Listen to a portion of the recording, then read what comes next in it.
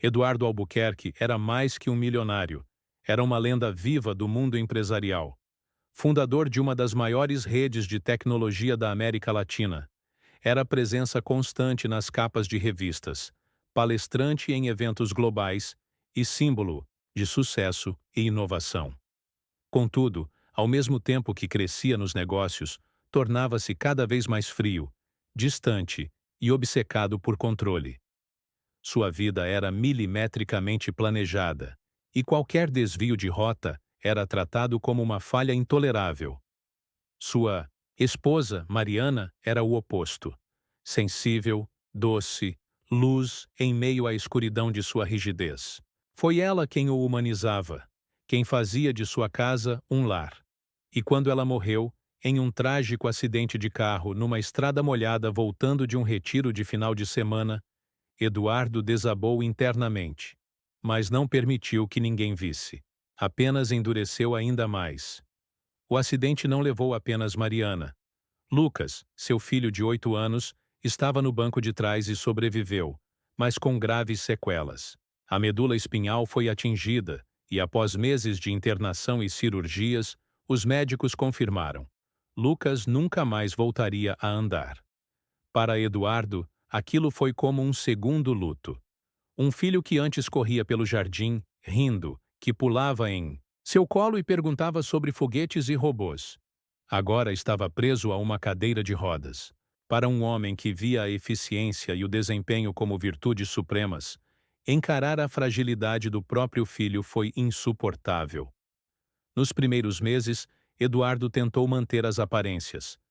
Contratou os melhores médicos, fisioterapeutas, cuidadores. Instalou rampas pela mansão. Criou um quarto todo adaptado. Mas nada daquilo era por amor. Era por orgulho. Ele queria controlar a narrativa, mostrar ao mundo que estava lidando com tudo. Mas dentro da casa, Lucas sentia o distanciamento crescer. O pai não o abraçava mais. Não olhava mais nos olhos. Respondia em monossílabos e passava cada vez mais tempo trancado em reuniões, viagens ou simplesmente ausente, mesmo presente. Certa noite, Lucas ouviu uma conversa do pai ao telefone, sem querer. Eduardo dizia: Não posso mais com isso. Ele me prende, me paralisa. Eu não consigo mais ser quem eu era. Aquilo doeu mais que qualquer cirurgia. Lucas entendeu ali que estava se tornando um fardo. Algumas semanas depois, aconteceu o impensável. Era um sábado à noite, chovia forte, e Eduardo disse que levaria Lucas para uma viagem curta. O menino ficou animado. Raramente saía com o pai. Mal sabia ele que aquela viagem mudaria sua vida para sempre. Eles dirigiram, por horas em silêncio, passando por cidades pequenas, campos e estradas escuras. Até que, já perto da meia-noite, Eduardo parou o carro em uma estrada de terra, sem sinal de civilização por perto. Saiu, abriu o porta-malas e retirou a cadeira de rodas. A chuva tamborilava no capô e relâmpagos iluminavam a paisagem, sombria. Eduardo então pegou uma mochila com algumas roupas, colocou no colo do menino e entregou um bilhete dobrado. Lucas, assustado, perguntou: Pai, por que a gente parou aqui? Eduardo hesitou. Olhou para o filho com olhos vermelhos, de lágrimas que se recusava a derramar. Respondeu com voz baixa e trêmula: Me perdoe, eu não consigo ser seu pai. Virou-se, entrou no carro e partiu, sem olhar para trás. Lucas chorou. Chorou até a garganta doer. Gritou por horas, até que a exaustão o fez dormir, molhado, tremendo, sozinho na beira da estrada. A única luz que via era a dos relâmpagos no céu. Cada trovão parecia uma sentença. Abandonado, esquecido, indesejado. Ao amanhecer, foi despertado por um barulho diferente. Um caminhão se aproximando. O motorista, Jonas, freou bruscamente ao ver a criança imóvel na beira da estrada. Desceu, correndo, encharcado, e ao se aproximar, viu o estado de Lucas. Olhos inchados, pele pálida, lábios roxos. Jonas era um homem simples, viúvo, que cruzava o estado transportando alimentos. Tinha um coração gigante, e ao ver aquela cena, algo dentro dele quebrou. Sem pensar duas vezes, envolveu o menino numa manta que mantinha na boleia, lhe deu água e o levou até o hospital da cidade mais próxima. Lucas, em choque, quase não falava. Disse apenas o primeiro nome. Não lembrava o sobrenome. Não sabia o endereço. Os médicos acionaram as autoridades, que o encaminharam para um abrigo infantil até que alguém pudesse identificá-lo. Mas ninguém veio. Nenhum boletim de desaparecimento foi registrado. Nada. Foi no abrigo que conheceu Dona Celina. Uma mulher de 60 anos, forte, acolhedora, que dedicava a vida a cuidar de crianças esquecidas pelo mundo. Ela se aproximou com calma, paciência e afeto. Viu no menino algo raro. Ele não chorava mais. Havia um silêncio profundo em seu olhar, como quem já aceitava a dor como parte da existência. Mas ela sabia. Por trás daquele silêncio, havia uma alma que gritava por amor. Celina o acolheu como um filho. Cuidou dele, acompanhou suas sessões de reabilitação, ensinou que ele podia ser forte mesmo sentado, que podia voar mesmo sem caminhar. Lucas cresceu ali, rodeado por outras crianças, por histórias de dor, mas também de superação. Descobriu o esporte paralímpico, estudou com dedicação, virou um exemplo entre os colegas. Tinha um sorriso raro, mas poderoso. E cada vez que olhava para o céu, sentia que um novo caminho estava se abrindo para ele. Anos se passaram como estações silenciosas. Lucas cresceu, não apenas em idade, mas em resiliência. Enfrentou preconceito, abandono, dor física e emocional. E ainda assim, encontrou forças onde muitos desabariam. Cada degrau que o mundo parecia tirar dele, ele reconstruiu com as próprias mãos. As cicatrizes da alma doíam mais que as do corpo. Mas, sob os cuidados amorosos de Dona Celina e rodeado por outras crianças que também conheciam a perda, ele aprendeu que o amor pode florescer até no terreno mais árido. A adolescência foi marcada por lutas constantes, sessões exaustivas de fisioterapia, olhares tortos nas ruas, escolas que não o queriam por falta de estrutura e perguntas que ele fazia a si mesmo todas as noites antes de dormir. Por que meu pai não me quis? Será que eu não valia o suficiente? Mas foi exatamente essa dor que o impulsionou. Lucas descobriu o poder da palavra. Começou escrevendo em diários, depois em blogs. Participou de debates escolares, se envolveu em movimentos sociais, estudou, com afinco, e passou a dar pequenas palestras em escolas públicas sobre inclusão, respeito e superação. Aos poucos, seu nome começou a circular entre instituições e universidades. Aos 20 anos, já havia discursado em eventos internacionais, dado entrevistas para jornais importantes e fundado um instituto de apoio a crianças com deficiência, que viviam em situação de abandono. Sua voz, clara e firme, era ouvida com atenção por multidões. Ele não falava com rancor. Falava com verdade. E isso era o que mais tocava as pessoas. Ele tinha todas as razões do mundo para odiar, mas escolhia transformar dor em esperança. Foi em uma manhã de domingo que tudo mudou. Eduardo Albuquerque, agora com cabelos grisalhos e semblante cansado, tomava seu café em sua cobertura envidraçada, de frente para o mar. Era sua rotina semanal. Suco fresco, jornal caro, música clássica de fundo. O silêncio da solidão. Era uma companhia constante. Já não havia festas, nem sorrisos verdadeiros à sua volta. Apenas funcionários pagos para manter sua vida funcionando. Girou o controle remoto da TV sem interesse, como quem zapeia tentando fugir de si mesmo, até que uma imagem parou seus dedos. Uma plateia aplaudia de pé enquanto um jovem em uma cadeira de rodas sorria para as câmeras. O programa dominical de maior audiência do país fazia uma reportagem especial sobre histórias que inspiram. E lá estava ele, Lucas. Agora um homem. Os olhos os mesmos, profundos, intensos, cheios de alma. O cabelo levemente ondulado, o sorriso calmo e aquela voz. Aquela voz que Eduardo jurava ter esquecido.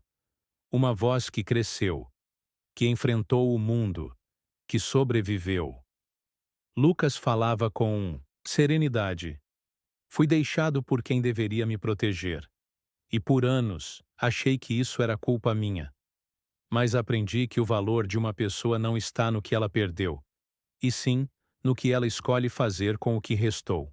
Eu fui salvo por gente que nem me conhecia, por amor verdadeiro daqueles que não esperam nada em troca. Hoje, sou quem sou por causa dessas pessoas. Não por quem me abandonou, mas por quem ficou. O som da porcelana estilhaçando no chão ecoou pela cobertura. Eduardo havia deixado a xícara cair de sua mão. Seus olhos estavam fixos na tela, congelados. Seu peito doía. Era como se o ar tivesse sido arrancado dos pulmões. A culpa, que por tantos anos ele empurrou para debaixo de um tapete de luxo, agora o engasgava. Ele se viu diante do filho que abandonou. Um homem feito, um herói. Alguém que, apesar de tudo, tinha vencido. Mas, sem ele. Nos dias seguintes, Eduardo não dormiu. Assombrado, andava pela casa vazia com o rosto entre as mãos. Vasculhou arquivos antigos, revirou e-mails, ligou para todos os contatos possíveis. Conseguiu o número do instituto fundado por Lucas. Tentou falar. Mandou mensagens. Escreveu e-mails longos.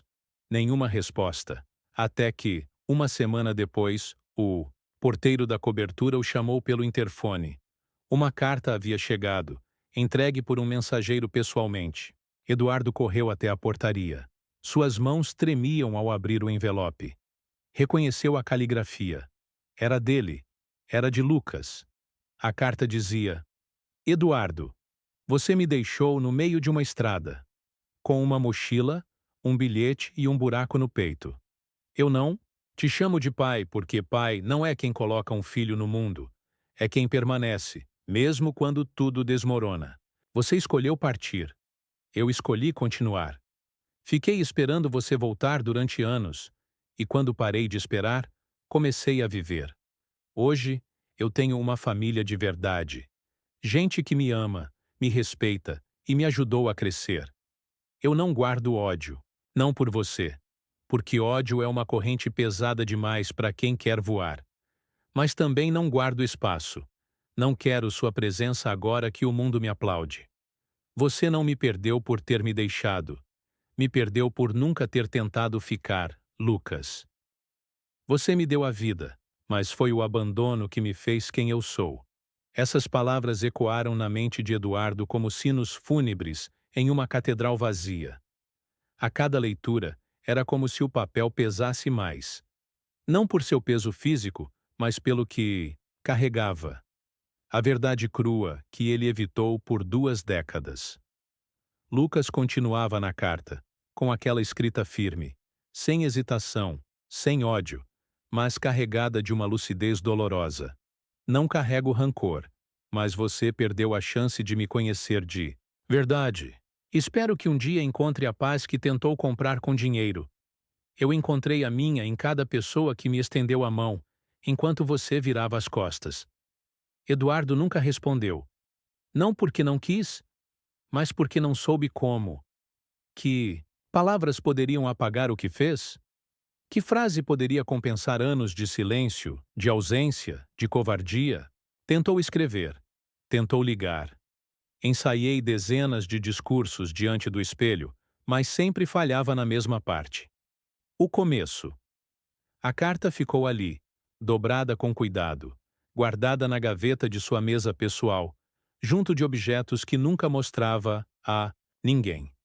Uma foto amarelada de Mariana sorrindo com Lucas ainda bebê no colo, um chaveiro com o nome do filho que ele nunca chegou a usar, e um pequeno desenho que Lucas havia feito quando tinha 5 anos. 2 bonecos de palito de mãos, dadas com o nome Papai e Eu, escrito torto embaixo. Anos se passaram. Eduardo foi envelhecendo em silêncio. Seus negócios prosperavam ainda, mas já não eram sua prioridade. Começou a visitar asilos, discretamente. Doava grandes quantias a instituições de caridade, inclusive ao Instituto de Lucas, sob pseudônimo. Assistia a cada nova palestra do filho pela internet, sempre às escondidas, como quem tenta acompanhar uma vida paralela que poderia ter sido sua. Nunca mais tentou contato. Sabia que não era bem-vindo. Mas toda vez que Lucas aparecia, na televisão, toda vez que sua voz firme falava sobre resiliência, inclusão e amor, Eduardo chorava sozinho no escuro da sala. Não lágrimas explosivas, mas aquelas silenciosas, que descem devagar e queimam. O tempo passou. O cabelo ficou branco, a pele marcada por rugas profundas, e os olhos de um homem que viveu tudo, exceto o que realmente importava. Foi, numa tarde morna de outono, que a mudança começou. Eduardo, já com 71 anos, caiu em casa. Um mal súbito, sozinho. Foi socorrido a tempo por uma funcionária que ainda permanecia com ele por compaixão e levado ao hospital. Os médicos foram claros. Ele precisava de cuidados constantes. O corpo estava cansado, o coração enfraquecido. Mas, curiosamente, foi a alma que mais sentiu. No leito do hospital, cercado de máquinas, sem mais ninguém além dos enfermeiros, Eduardo pediu um favor. Me traga minha caixa da gaveta. Por favor. Lá estava ela. A carta de Lucas. Ele a releu, como se fosse a primeira vez. Tocou cada palavra com os dedos. E então, pela primeira vez em muitos anos, tomou uma decisão diferente. Não para si, mas para o filho. Sem aviso, sem esperar resposta, pediu para ser levado, discretamente com ajuda, a uma das palestras de Lucas, que ocorreria dali a uma semana, em um evento fechado para familiares de crianças com deficiência. Disfarçado, sentado na última fileira, óculos escuros, chapéu, bengala. Ele apenas ouviu. E naquele palco estava Lucas, um homem inteiro, inspirando, sorrindo, abraçando mães, pais, jovens com dificuldades, falando com paixão, com alma. E então, quando a palestra se aproximava do fim, Lucas disse algo diferente. Hoje, quero terminar com um trecho de uma carta que recebi anos atrás. Foi da única pessoa que me faltou e que, ainda assim, me ensinou a maior lição de todas, que até o abandono pode ser transformado em amor, se a gente escolher não repetir o erro. O público aplaudiu de pé. Eduardo, ali atrás, chorava em silêncio. E pela primeira vez, não sentia apenas culpa. Sentia orgulho. Ele não teve coragem de se aproximar naquele dia. Mas deixou algo com a equipe do evento. Uma carta, curta, escrito à mão. A última que escreveria. Lucas, obrigado por ter me libertado da prisão que eu mesmo construí. Você foi o maior homem que conheci, mesmo sem me conhecer de verdade. Se um dia puder me perdoar, estarei esperando. Mas se não, leve com você meu amor, mesmo que atrasado. Eu encontrei paz, e ela tem o seu nome. Algumas semanas depois, Eduardo faleceu. Sem pompas, sem cerimônias. Apenas um envelope deixado junto ao corpo, com a carta de Lucas dentro, dobrada, com cuidado, como quem guarda um pedaço do que mais importa. Lucas, ao saber da morte, ficou em silêncio por um longo tempo. Olhou para o céu e, com lágrimas nos olhos, disse baixinho: Eu te perdoo. Vai em paz, pai. E naquele momento, o menino que fora deixado na estrada se tornou o homem que soube amar, até quem não soube ficar.